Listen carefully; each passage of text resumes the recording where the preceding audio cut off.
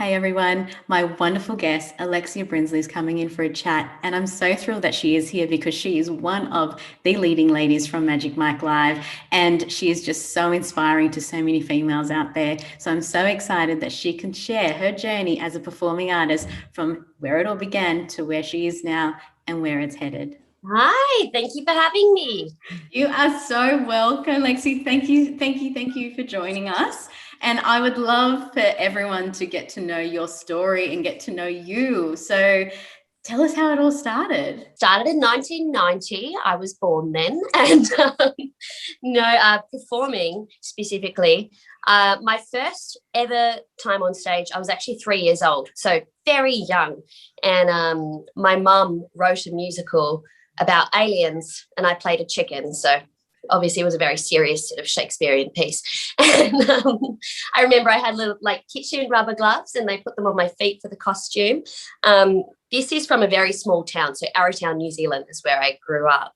And I remember just getting sort of ushered out on stage, and all I had to do was wave to the spaceship as the aliens left. But instead of at the aliens, I just looked out at the audience and the stage lights. It was my first time seeing spotlights and like a lighting rig and professional stage lights shining at me, that spotlight. And I was just transfixed. And I was like, I never want to leave. This is so pretty. This is amazing. And I had to get carried off. It was about 5 minutes of the aliens being like, hey there, little chicken. You better get off.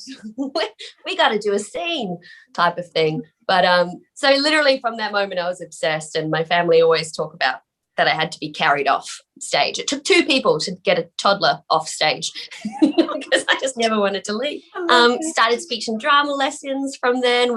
I had no hope of doing anything that wasn't creative, really. If you look at my family, like my dad's a artist, so he's a professional art up position behind me, one of his pieces actually. So he's an oils artist. He's incredible. Graham Brinsley, shout out to the dad. My mum's a drama teacher at high schools and freelance. So on the side, she also teaches piano. My sister's a singer. My brother's a singer. My grandparents are opera singers. Like there was no hope of me doing anything that wasn't creative. I want to be a doctor.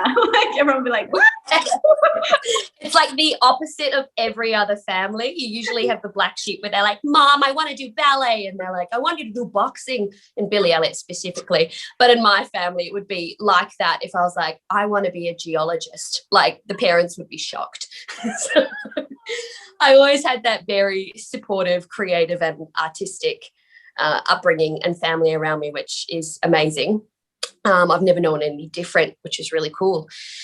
And then when I was 17, I realised that New Zealand is quite a small place, and I was probably one of 3 who performed in my town, and the other 2 were my brother and sister. So I needed to expand the pool a little bit, big fish in a little pond, which feels really nice, but it was time to be a little fish in a giant ocean called Melbourne Dance World Studios.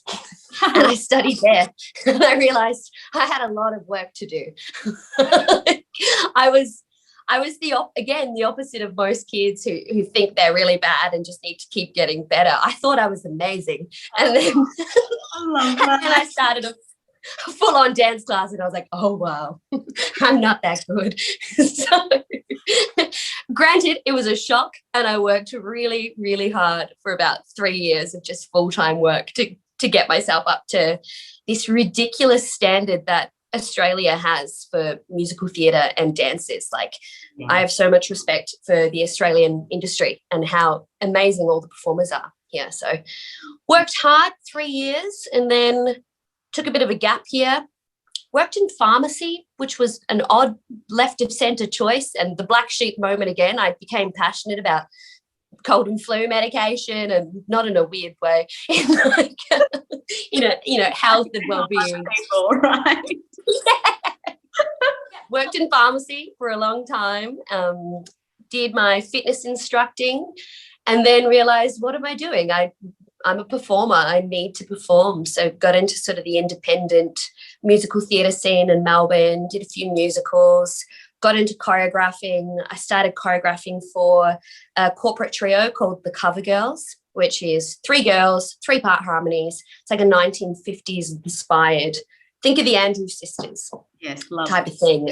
Yes. So like Boogie Woogie Bugle Boy, all the classics.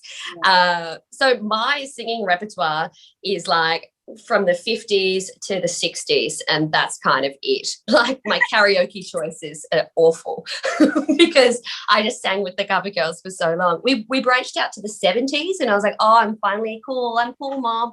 But I would have no idea who the pop artists are today. I don't know if Justin Bieber is still around, but I've heard of his name, for instance. That's also how hilarious it is that I'm in Magic Mike, which is such a cool hip hop show. I'm like, yeah, not that cool.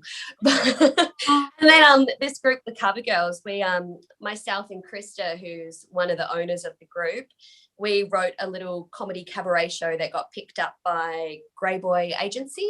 And we got put on ships, which was amazing. So we became guest entertainers, which is kind of the dream with corporate trios and ship work, to get that guest entertainer like headline spot. It was amazing. You walk on the ship, you do one show, you're there for 7 days. Yeah. The other 6 days, you're just on the deck with your martinis and traveling. Buffets. It's great. Yeah. It's really great.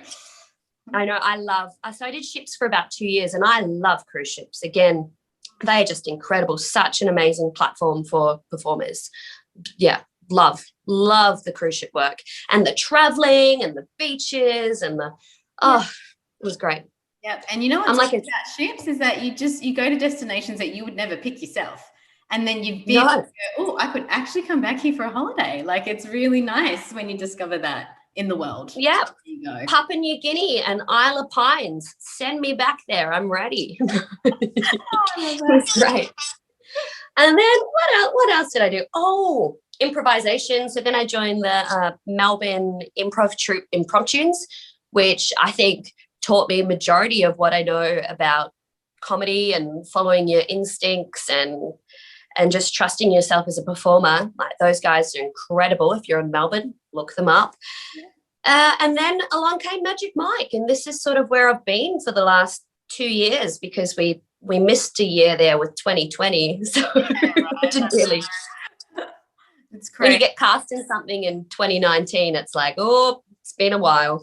Well, I think, like, I love hearing about the audition process, and I loved hearing your process of, the female perspective and how you guys had to be put through those auditions. And how many was it? It was like 5 or 6, you said? 5 or 6 rounds? Yeah, in the end, it was sort of like a five-step process before we had that amazing piece of paper that says you're hired, that contract. Wow. And you guys got sent over to Vegas and LA as well with Channing Tatum. So we sure did. A lot of people just assume that you don't meet Channing Tatum and he's just like the little pretty title on top of the Channing Tatum's Magic Mike. But no, we worked with him. We were lucky enough to have a whole week with him in LA in a Hollywood studio there and workshop the piece. So after we did the final callback, which was in Sydney, which I often say a piece of my soul is still in that callback room. Like, when you just give something everything.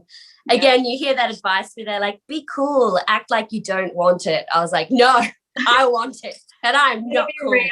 I really want this gig, and you're going to know about it. Yeah.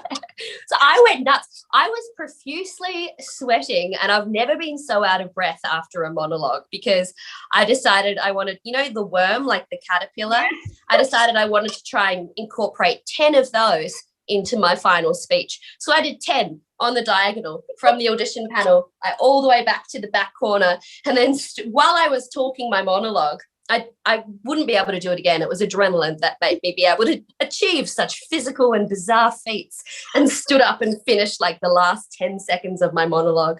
And I remember co-director Alison Falk, she also choreographed the movies, and she's an incredible creative on the Magic Mike label. She stood up after my audition and she took off her sweatshirt. She's like, I'm sweating because I'm laughing so much. She didn't expect it either. Right, though, like, you got to kind of, bring that energy into the room for them to remember, because I think they always say that with auditions, it's like, allow them to remember you somehow. So you made a standpoint with that worm. So you know what? I was like, that is your winning move. Yeah, it really is. Like, even by the time I got all the way to LA and we hadn't seen Alison for a while, she was like, oh, Chan, this is the worm girl. And I was like, oh no, it's literally followed me to America.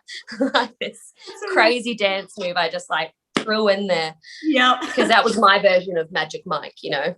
I love that though. But you hold the stage so well in the show. And I know Amy's the other MC as well. So yes, just absolutely brilliant the way you, well, I guess doing all the impromptu stuff really helped you, like you said, because you guys have to think on your feet because, you know, you don't always have a full cast, or you don't always, like, things don't always go to plan because who knows what happens while we're in a show.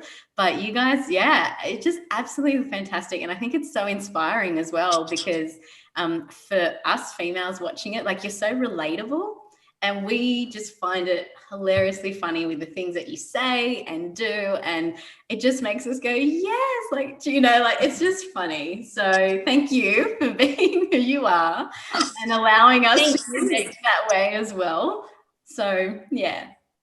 That's also a huge kudos to the creatives to let us be ourselves on stage. Like, that's why we were originally sent to America to rework the script to make it our own. They were like, you could say what the West End MC says, or the Vegas MC says, or the Berlin MC says. If you want to learn some German, like, we can give you those scripts, but that's them. So we want you to do your version of the show and your version of what women want. Essentially, it's going to be different for every single female in that audience and every single female who gets our role. So we're really lucky that we get to be ourselves. It's really cool, and have a hand in writing some of the jokes and saying it in a way that we would actually say things. So it's really cool.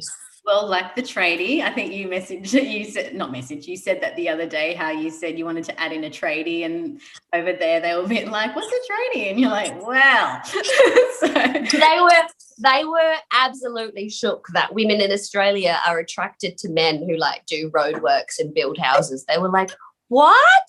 Like a tradesman? And we were like, nah, like a tradie for a lady. And like Amy and I were so on board, like, high five, girl.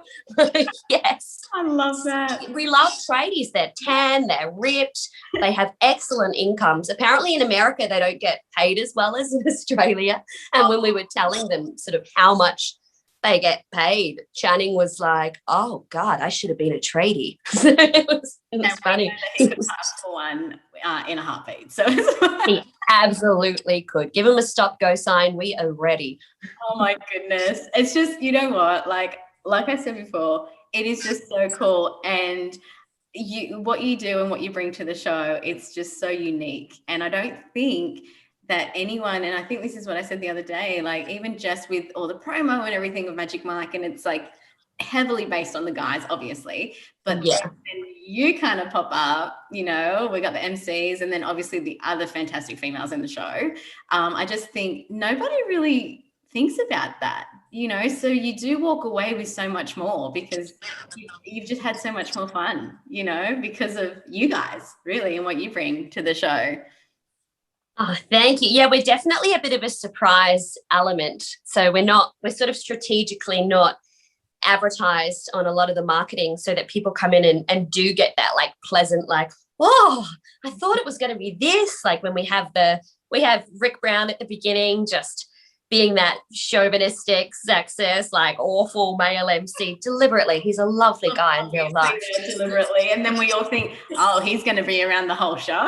Like yeah.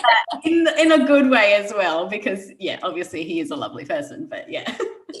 And then we get to flip it and just be like, no, we got you girls. This is what we actually want to see. And I'm going to be there with you, holding your hand the whole way. And it's going to be a time.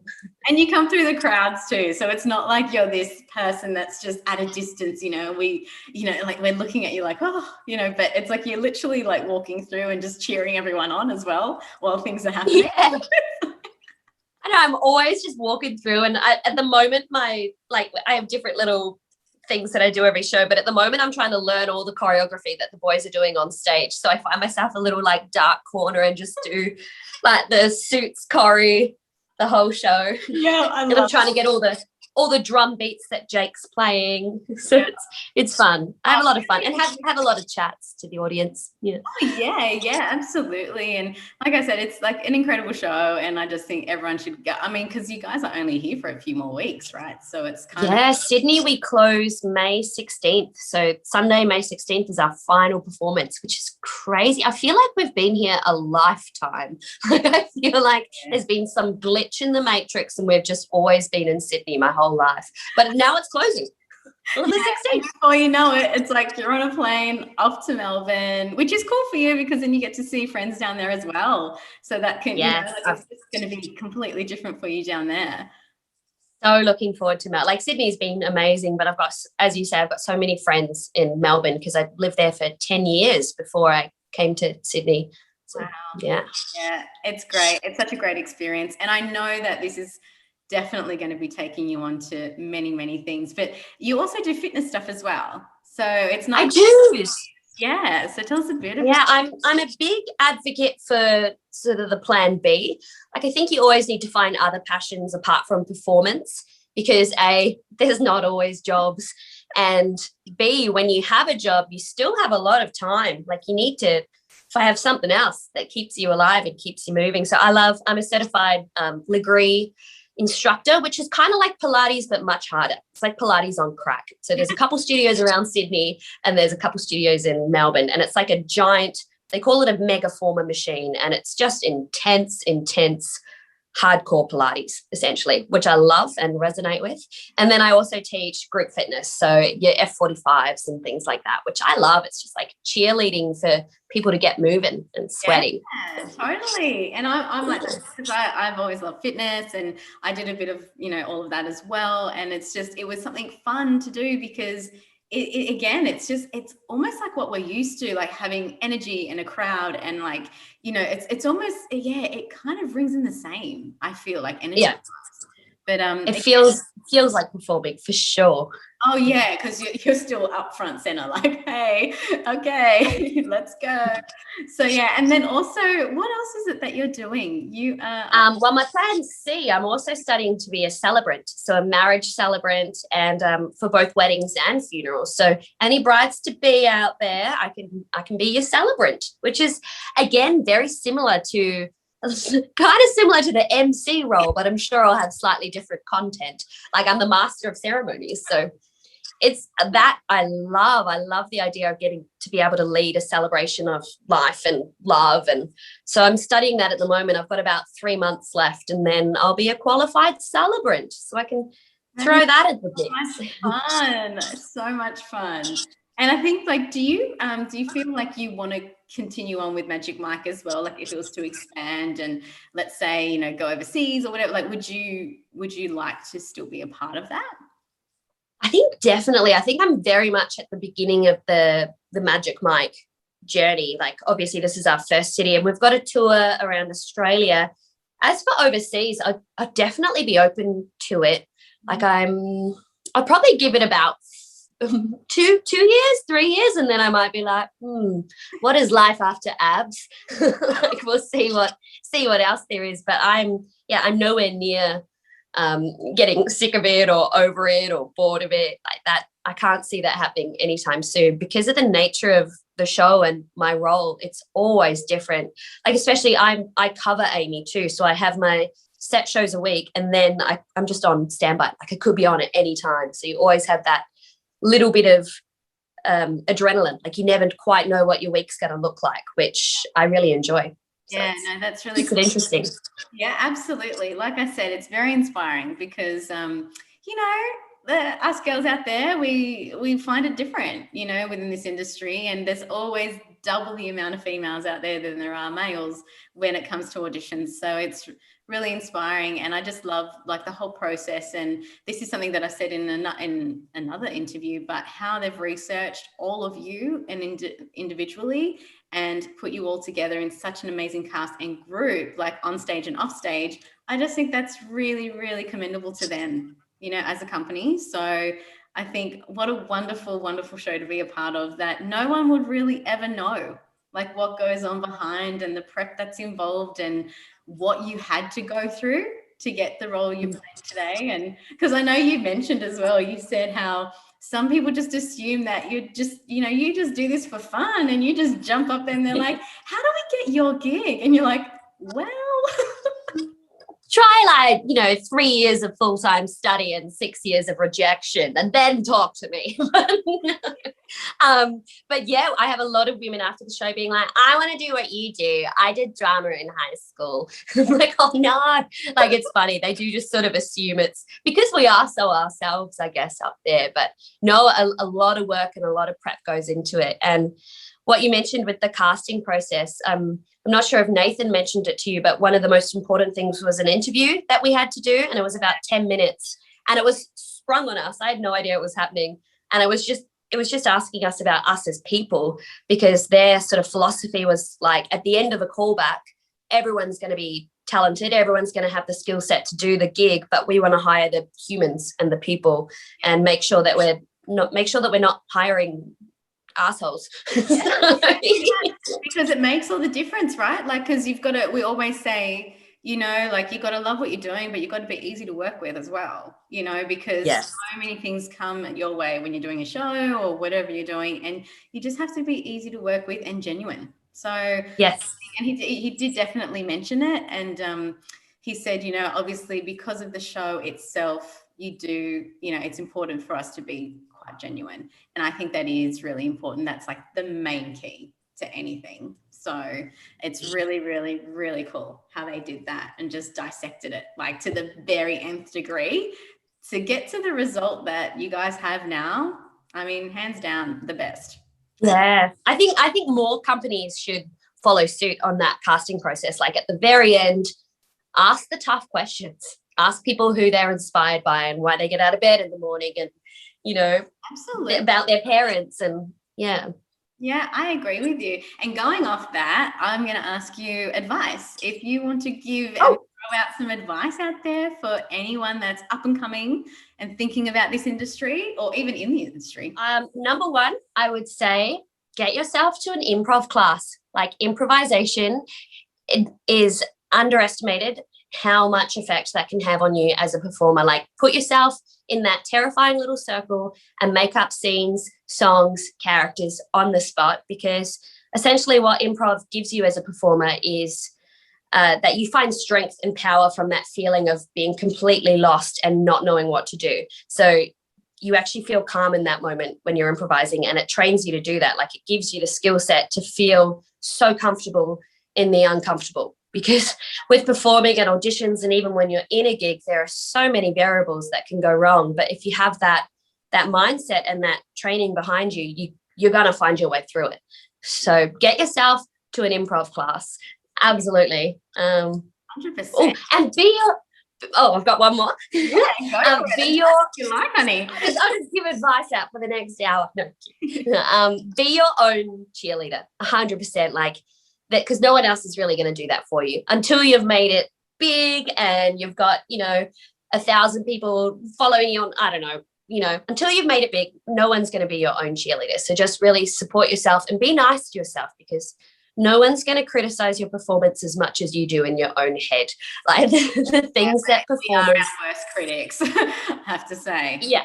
Absolutely. And no one's going to ever be that harsh. So why be that harsh to yourself? So I learned that a couple of years ago, and now I'm just really supportive and lovely to myself as a performer. Like, if I make a mistake, I'll be like, that's okay, girlfriend. Pick yourself up and do this section you're really good at. I'm like, thanks, mind boo.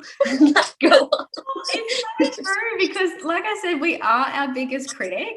And I just think, like, we just need to relax and just let ourselves be and experience, because we forget how everything's just like a lesson and an experience. And if we don't allow ourselves to do that, then it's kind of like we are just striving for perfection. And I don't think perfection really exists. So it's like, we can be at the top of our game and what we're happy with, but to keep striving for like this thing like that, it almost is so out of reach, because I don't think it's there. It's just whatever you feel is best for you and what resonates with you, truly. And absolutely. It's not going to be there in live theatre. Like, maybe they can CGI you to perfection in a movie, but not in live industry. No. Absolutely not. No, not at all. So I love that. I love that advice. I think that's perfect. I really encourage for everyone to go out and see the show while it's here in Sydney, if you're in Sydney, or next up is Melbourne. So yeah. Yes. Yeah, we open June 8th, I believe, in Melbourne. So, and we're there for a good 5 months. So you've got time.